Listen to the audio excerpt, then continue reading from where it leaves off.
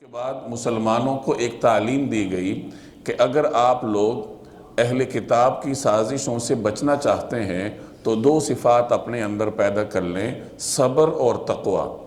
صبر اور تقوی سے جب مسلمانوں کا معاشرہ اپنے آپ کو مزین کر لے تو اللہ تبارک و تعالی ان کو اہل کتاب کی ہر قسم کی سازش سے اور کفار کی ہر قسم کی سازش سے ان کی حفاظت فرمائیں گے۔ صبر کے کئی مواقع ہوتے ہیں۔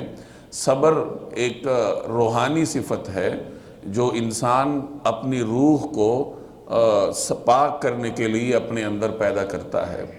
بعض اوقات مصیبت کے موقع پہ صبر کرنا پڑتا ہے اور کبھی گناہوں سے رکنے کے لیے اپنے آپ پر جبر کرنا پڑتا ہے، صبر کرنا پڑتا ہے، اور کبھی اپنے نفس کو اللہ تبارک و تعالیٰ کی اطاعت پر مجبور کرنے کے لیے صبر کرنا پڑتا ہے۔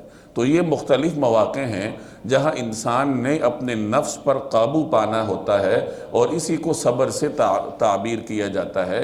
ملت ابراہیمی کے لیے صبر ایک اہم صفت ہے جو اللہ تبارک و تعالی نے ان کے اوپر لاگو کی کہ حضرت ابراہیم علیہ السلام کے پیروکاروں کی حیثیت سے یا ملت ابراہیمی کے متبعین کی حیثیت سے اپنے اندر صبر کی صفت پیدا کرو۔ امت مسلمہ بھی ملت ابراہیمی ہی میں آتی ہے، اس لیے قرآن کریم میں جگہ جگہ ان کو صبر کی تلقین کی جاتی ہے۔ تو دو قسم کی صفات مسلمانوں کو بتائی گئیں کہ صبر اور تقوی اپنے اندر پیدا کرو تو دشمنوں کی ہر قسم کی سازش سے اللہ تبارک و تعالی آپ کی حفاظت کرے گا۔ اب